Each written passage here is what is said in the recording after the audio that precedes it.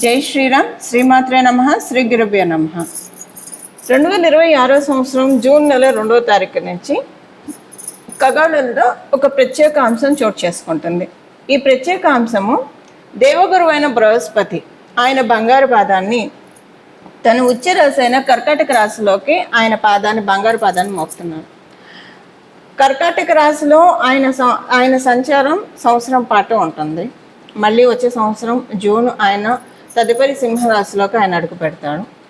ఈ సంవత్సరము గురు భగవానుడు డిసెంబర్ నెలలో అతిచారంలోకి వెళ్తాడు. అతిచారం అంటే సింహరాశిలోకి వస్తారు.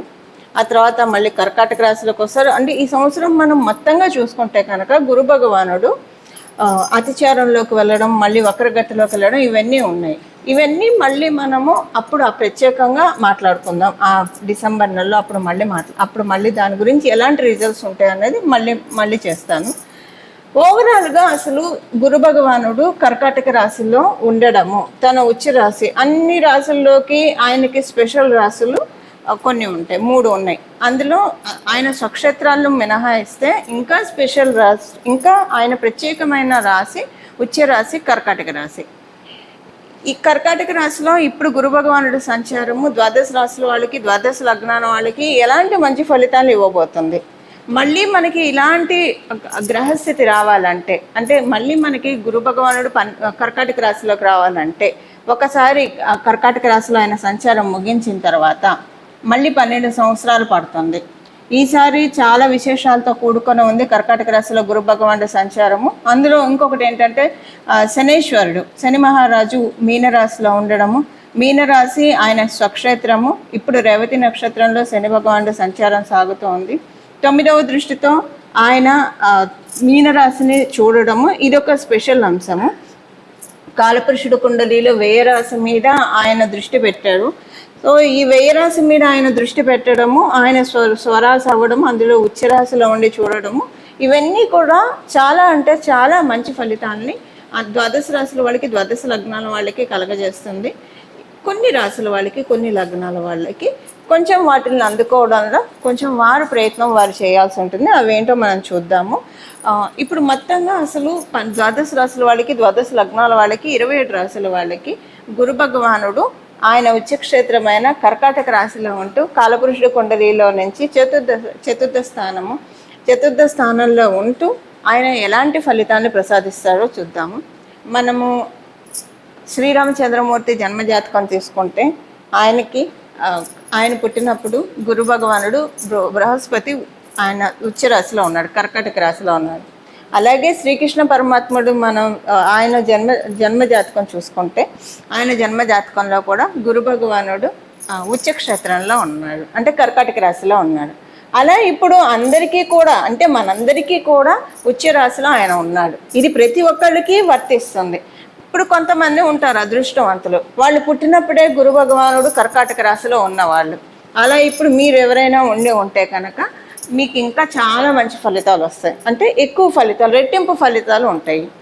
అలా లేకపోయినా కూడా కాలపురుషుడు కుండలిలో ఆయన కర్కాటక రాశిలో సంచారము ద్వాదశ రాశుల వాళ్ళకి, ద్వాదశ లగ్నాల వాళ్ళకి మంచి ఫలితాలని ప్రసాదిస్తుంది.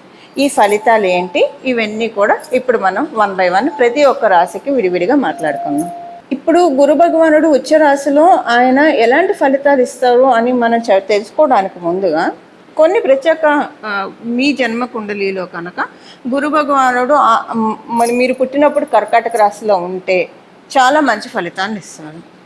ఎవరికైనా గురు భగవానుడు మకర రాశిలో ఉంటే, అంటే మకర రాశి ఆయన నీచక్షేత్రం, ఇప్పుడు వాళ్ళకి చాలా బాగా ఉంటుంది. అసలు మామూలుగా అయితే మకర రాశి ఆయన నీచ రాశి కాబట్టి ఇప్పుడు చాలా బాగుంటుంది. అంటే ఇక్కడ సమసప్తకాలు అవుతాయి. ఆయన నీచ రాశిలో ఉన్నాడు, మళ్ళీ ఇక్కడ గోచార గురుడు కర్కాటక రాశిలో ఉన్నాడు. సో సమసప్తక స్థితి ఇరుగురు వర్యులకి కూడా చాలా మంచి ఫలితాలని కలగజేస్తుంది. అలాగే కర్కాటక రాశిలో ఉంటే ఇది చాలా మంచిది, ఎందుకంటే జన్మగురుడు మీద గోచార గురుడు సంచారము, ఇది చాలా మంచి ఫలితాలను ఇస్తుంది. అలాగే ఎవరికైనా వృశ్చిక రాశిలో గురు భగవానుడు ఉంటే ఆయన 5వ దృష్టితో చూస్తూ ఉంటారు కాబట్టి మంచి ఫలితాలను ఇస్తుంది. మీన రాశిలో ఎవరికైనా ఉంటే మీనరాశిలో ఉంటే గురు భగవానుడు, అది కూడా చాలా స్పెషల్ ట్రాన్సిట్గా మీకు ఇంకా అంటే కొంతమందికి ఎక్స్ట్రా ఫలితాలు ఉంటాయి, మంచి ఫలితాలు ఎక్కువగా వస్తాయి. ఎవరెవరు అనేది ఈ స్థితిలో కనుక ఉంటే, అంటే గురు భగవానుడు మీ జన్మ జాతకంలో కర్కాటక రాశిలో ఉన్న, వృశ్చిక రాశిలో ఉన్న, మకర రాశిలో ఉన్న, మీన రాశిలో ఉంటే ఇంకా ఇది మీకు చాలా స్పెషల్ గోచారం అని చెప్పవచ్చు. చాలా స్పెషల్ గోచారం, ఎక్కువ మంచి రెట్టింపు మంచి ఫలితాలను ఇస్తుంది. అందున ప్రత్యేకించి మకర రాశిలో గురు భగవానుడు ఎవరికైనా ఉంటే మీరు పుట్టడమే అంటే ఇక్కడ మళ్ళీ క్యాన్సిలేషన్స్ ఉంటాయి. ఇక్కడ కనుక మీకు మంగళతోటి కూడి గురు భగవానుడు ఉంటే కనుక అప్పుడు గురు భగవానుడు ఆయనకు ఉచ్చస్థానం, మంగళకి ఈయన నీచస్థానం కాబట్టి ఈయనకి నీచ భంగం అయిపోతుంది. అప్పుడు మీకు ఇది మీకు నీచలో ఉన్నట్టు కౌంట్ కాదు. ఇంకా ఒకవేళ అలా ఉంటే ఇంకా మంచిది. అలా ఎవరికైనా ఉంటే కనుక మంగళ జూపిటర్ కనుక మకర రాశిలో ఉంటే ఈ ట్రాన్సిట్ చాలా బాగా ఉంటుంది. అలా లేదు ఉత్తగా జూపిటరే ఉన్నారు అనుకోండి, ఉత్తగా గురు భగవానుడే ఉన్నారు అనుకోండి మకర రాశిలో, ఇంకే ప్లానెట్స్ ఉన్నా కౌంట్లోకి రాదు. మంగళ ఉంటేనే ఆయనకి ఇక్కడ క్యాన్సిలేషన్ అవుతుంది. ఒకవేళ జూపిటర్ రెట్రోగ్రేషన్లో ఉన్నా కూడా ఆయన ఉచ్చ స్థానంలోనే ఉన్నట్టు కన్సిడర్ అవుతుంది మకర రాశిలో.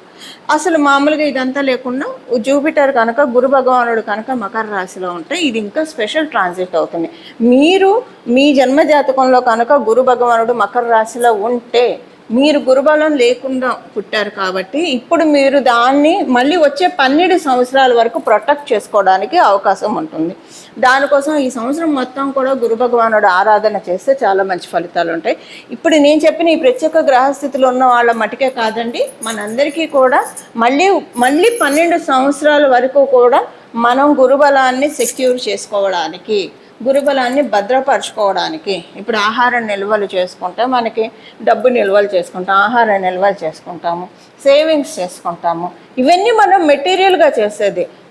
మనం అకల్ట్గా ఏం చేస్తున్నాము, స్పిరిచువల్గా ఏం చేస్తున్నాము, మనం చేసే ప్రతి మంచి పని కూడా మనకి గురుబలాన్ని యాడ్ చేస్తూ ఉంటుంది. ఈ సంవత్సరం ఎంత ఎప్పుడు మంచి పనులు చేస్తూ ఉండాలి. ఈ సంవత్సరం ఎంత వీలైతే అంత మంచి పనులు చేస్తూ ఉంటే కనుక గురుబలం ఆటోమేటిక్గా యాడ్ అయిపోతుంది. మీరు గురుతత్వం కల దేవీ దేవతని పూజించినా పూజించకపోయినా కూడా మానవ సేవ మాధవ సేవ అన్న చందాన మీరు ఉన్నవాళ్ళైతే మీరు ఎప్పుడు గురుబలంతో ఉన్నవాళ్ళే. ఇప్పుడు ఇంకా దాన్ని చేస్తే కనుక ఇంకా మంచి ఫలితాన్ని చూడొచ్చు. సో ఇలా మనం అందరం కూడా 12 సంవత్సరాల వరకు గురుబలాన్ని సెక్యూర్ చేసుకోవడానికి this is the right time undoubtedly. ఇప్పుడు మనం విడివిడిగా ప్రతి ఒక్క రాశి వాళ్ళకి గురు భగవానుడు ఎలాంటి ఫలితాలను ప్రసాదిస్తాడు అన్న విషయాన్ని చూద్దాం. ధనుసు రాశి, ధనుసు లగ్నంలో పుట్టిన వాళ్ళకి మీ రాశ్యాధిపతి మీ అష్టమ స్థానంలోకి వెళ్తూ ఉన్నారు. అష్టమ స్థానంలో ఆయన సంచారం చేస్తూ ఉన్నారు. మీకు మోక్ష త్రికోణాలు బలోపేతం అవుతూ ఉన్నాయి. చతుర్థ స్థానాన్ని ఆయన చూస్తున్నాడు నవమ దృష్టితో. అలాగే మీ వ్యయ స్థానాన్ని ఆయన పంచమ దృష్టితో చూస్తున్నాడు, అష్టమ స్థానంలో ఉన్నాడు. ధర్మ త్రికోణం, అర్ధ త్రికోణం, కామ త్రికోణం, మోక్ష త్రికోణం అని జ్యోతిష శాస్త్రం చెప్తున్నాయి. ఇందులో మోక్ష త్రికోణాలు 4, 8, 12. అయితే ఇప్పుడు 4వ రాశిని ఆయన 5వ దృష్టితో 9వ దృష్టితో చూడటం, అష్టమ రాశిలో ఆయన సంచారం చేయడం, వ్యయ రాశి మీద ఆయన దృష్టి పెట్టడం, మోక్ష త్రికోణం బలంగా ఉంది. అయితే ఈ మోక్ష త్రికోణం బలంగా ఉండడము ఈ సంవత్సరం వరకు మీకు అంటే జనరల్గా గురుబలం ఉన్న వాళ్ళే ఉంటారు ధనుసు రాశిలో పుట్టిన వాళ్ళు. బట్ ఈ సంవత్సరం ఏంటంటే అవమానాలు బాగా చూస్తారు. ఒక 3 గట్టి అవమానాలు చూస్తారు. మీరు 3 గట్టి అవమానాలు చూస్తారు. అది చాలా మీకు తట్టుకోవడం కొంచెం కష్టంగానే ఉంటుంది.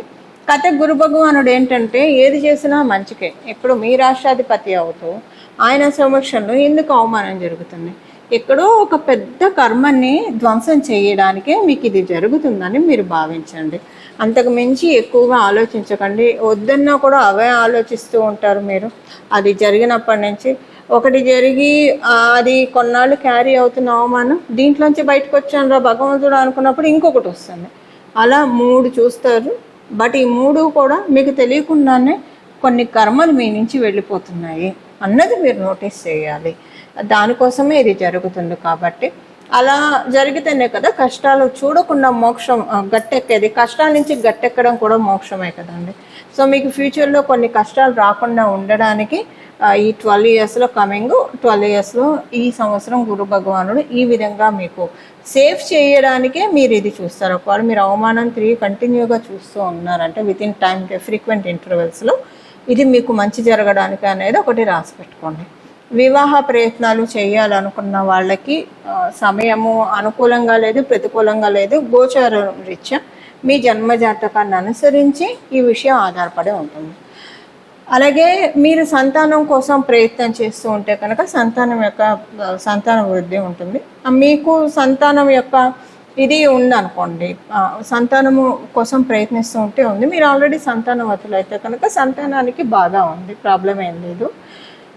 మీరు ఈ సంవత్సరం ఏంటంటే ఈ అవమానం కూడా మీకు బాగా దగ్గర వ్యక్తి నుంచే జరుగుతుంది. మీరు ఎవరినైతే బాగా ఇష్టపడతారో వాళ్ళ నుంచే జరుగుతుంది, లేదా మీకు అసోసియేషన్ ఉందో వాళ్ళ నుంచే జరుగుతుంది.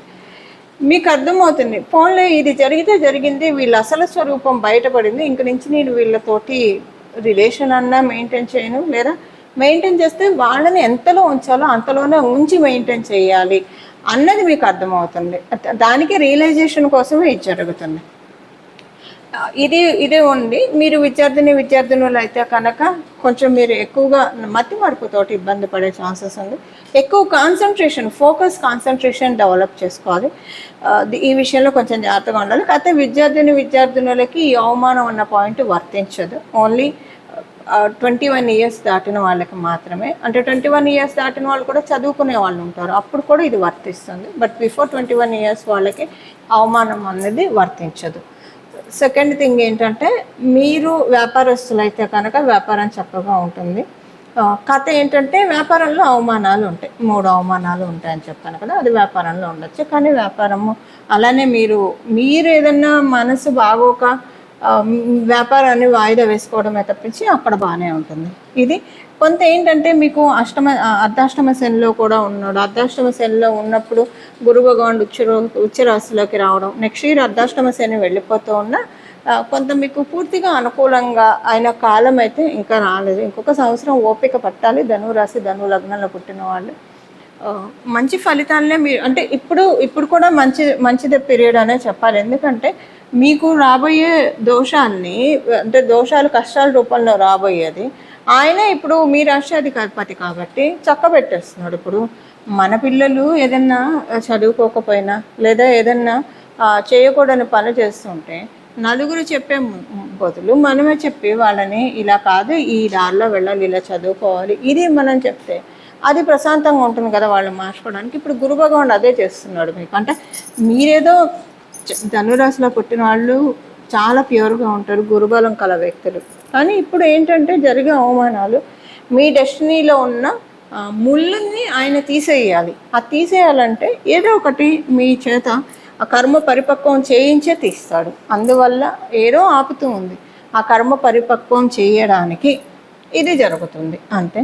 మిగతాదంతా కూడా నార్మల్గా ఉంది. గురుబలాన్ని పెంపొందించుకోవడానికి ప్రయత్నించండి. దానికోసం ఏం చేయాలో ఇప్పుడు మనం చూద్దాం. చూశారు కదా, మీ రాశి వాళ్ళకి గురు భగవానుడు ఉచ్చ క్షేత్రంలో ఉంటూ ఎలాంటి ఫలితాలను ప్రసాదిస్తూ ఉన్నారు. వీటిని అందిపుచ్చుకోవడానికి మన వంతు ప్రయత్నం కూడా మనం చేయాలి కదా. ఎప్పుడైనా మన వంతు ప్రయత్నం మనం చేస్తే ఫలితాలు రెట్టింపుగా ఉంటాయి. అవి వచ్చేవి వస్తూనే ఉంటాయి. కానీ మనం కూడా మన వంతు ప్రయత్నం అవి అందుకోవడానికి చేస్తే కనుక వాటిల్ని మనం ఇంకా ఎక్కువగా విడిచిపెట్టుకోవడానికి అవకాశం ఉంటుంది. గుర్తుపెట్టుకోండి, 12 సంవత్సరాల దాకా మళ్ళీ ఇలాంటి గ్రహస్థితి మనం చూడలేము. ఇప్పుడే మొదలైంది కాబట్టి సంవత్సరం పాటు ఉంటుంది. ఈ సంవత్సరం పాటు ఉన్న గురు భగవానుడు ఉచ్చ స్థితిని మనం అందరం ఎలా మొత్తంగా తీసుకోవాలి అంటే, ఎలా మనం దాన్ని సద్వినియోగం చేసుకోవాలి, ఒడిసి పట్టుకోవాలంటే పరిహారం చేయాలి. ఏం పరిహారం చేస్తే కనుక మనము దీన్ని సద్వినియోగం చేసుకున్న వాళ్ళం అవుతాము, అది ఇప్పుడు చూద్దాము. గురువుల ఆరాధన, మెయిన్గా గురువుల ఆరాధన ఈ సంవత్సరం అంతా కూడా ఆశాంతం కూడా చాలా మంచి ఫలితాలను ఇస్తుంది. మీరు ఏ గురు రూపాన్నైనా ఆరాధించండి. అమ్మవారు గురు రూపంలో చూస్తే సరస్వతి అమ్మవారి రూపంలో ఉంటుంది, రాజశ్యాముల అమ్మవారి రూపంలో ఉంటుంది. దక్షిణామూర్తి శివుడు జ్ఞానాన్ని ప్రసాదిస్తాడు దక్షిణామూర్తి స్వరూపంలో. శ్రీ గురు దక్షిణామూర్తి స్వామివారిని ఆరాధించవచ్చు, దత్తాత్రేయ స్వామివారిని ఆరాధించవచ్చు, రాఘవేంద్ర స్వామివారిని ఆరాధించవచ్చు. కృష్ణం వందే జగద్గురు, మనకి కృష్ణుడు కూడా, కృష్ణ పరమాత్మ కూడా జగద్గురువు. సో ఆది గురువు శంకర భగవత్పాదులను ఆరాధిస్తారా లేదా సాయిబాబాని ఆరాధిస్తారా, మీ ఇష్టం. ఏ దేవీ దేవతలనైనా సరే ఈ సంవత్సరం మొత్తం కూడా గురువు సమానమైన దేవీ దేవతను, గురు సమానం కాదు, గురుతత్వాన్ని సూచించే దేవీ దేవతలను ఆరాధిస్తే కనుక చాలా మంచి ఫలితాలు వస్తాయి. ఇప్పుడు ఒక వారం ఏంటంటే, అందుకే మనకి గోచారంలో గ్రహస్థితులు తిరుగుతూ ఉంటాయి. ఎందుకంటే సపోజ్ ఎవరైనా పుట్టినప్పుడు వాళ్ళకి గురుబలం లేదనుకోండి, ఎగ్జాంపుల్కి గురుబలం లేకపోతే కనుక జీవితంలో చాలా ఇబ్బందులు ఉంటాయి. అంటే లక్ మనకి కావాలంటే గురుబలం ఉండాలి. ఇది వీళ్ళ అదృష్టవంతులు వీళ్ళకి అన్నీ అలా అయిపోతూ ఉన్నాయంటే గురుబలం ఉంటే అవుతుంది. ఇలా గురుబలం అందరికీ దొరకకపోయినా భగవంతుడు అవ్యాజ కరుణామూర్తి కాబట్టి ప్రతి సంవత్సరం కూడా గోచారంలో వచ్చే ఇలాంటి స్థితిగతుల వల్ల మన జన్మజాతకంలో గురుబలం ఉంటే దాన్ని ద్విగుణీకృతం చేసుకోవడానికి, ఒకవేళ జన్మజాతకంలో గురుబలం లేకపోతే దీనిని పెంపొందించుకోవడానికి మరియు దాన్ని తీసుకోవడానికి, గురుబలాన్ని మనం తీసుకోవడానికి, అబ్జర్వ్ చేసుకోవడానికి ఇది చాలా సరైన అవకాశం. ద్వాదశ రాశుల వాళ్ళకి, ద్వాదశ లగ్నాల వాళ్ళకి, 27 నక్షత్రాల వాళ్ళకి కూడా. అందువల్ల గురుతత్వాన్ని సూచించే దేవీ దేవతల్ని ఈ సంవత్సరం మొత్తం కూడా ఆరాధిస్తే చాలా మంచిది. ప్రతిరోజు కూడా ఉదయాన్నే నిద్ర లేస్తుంది మనం ఇక్కడ తల మీద చేపెట్టుకొని వందే గురు పదద్వంద్వం అనే నామాన్ని ఉచ్చరిస్తూ లేవడము. అంటే ఇక్కడ మనకి గురు పాదకులు ఉంటాయి శిరస్సు మీద. అందుకే మనకి ఇది చాలా పవిత్రమైన స్థానం. ఇక్కడ ఈ స్థానం పవిత్రమైన స్థానం. ఉదయాన్నే లేస్తూనే ఇలాగా వందే గురు పదద్వంద్వం అని ఎప్పుడైతే మనం చెప్పుకుంటూ ఉంటామో, అంటే దీని అర్థం ఏంటి, గురువు యొక్క పాదాలకి శిరస్సు ఉంచి ప్రణామం చేస్తూ ఉన్నానని చెప్పి ఈ మంత్రం యొక్క అర్థం. ఇలా ఉదయాన్నే అనుకుంటూ లేవడం వల్ల మన జన్మజాతకంలో గురుబలం పెరుగుతుంది. మీరు అదృష్టవంతులయ్యి మీ జన్మజాతకంలో గురుబలం ఉంటే ఇది ఇంకా యాడెడ్ అడ్వాంటేజ్ అవుతుంది. ఇప్పుడు ఇలా మనం గురుబలాన్ని పెంపొందించుకొని మన జీవితాన్ని ఉన్నంతలో అదృష్టవంతంగా మార్చుకోవడానికి చక్కటి సదావకాశాన్ని గోచారంలో బృహస్పతి ప్రసాదిస్తూ ఉన్నాడు. గోచారంలో బృహస్పతికి అన్ని ప్లానెట్స్ కూడా చాలా భక్తితో ఆరాధిస్తాము. ఇంకా గురు భగవానుడు అంటే అత్యంత భక్తి శ్రద్ధలు కనుక గురు భగవానుడి పాదాలకి శిరస్సు ఉంచి ప్రణామం చేస్తూ మనందరికీ కూడా సన్మంగళాలు మన జీవితంలో కలగాలని చెప్పి మనస్ఫూర్తిగా కోరుకుంటూ మంగళం. నమో భగవతే వాసుదేవాయ.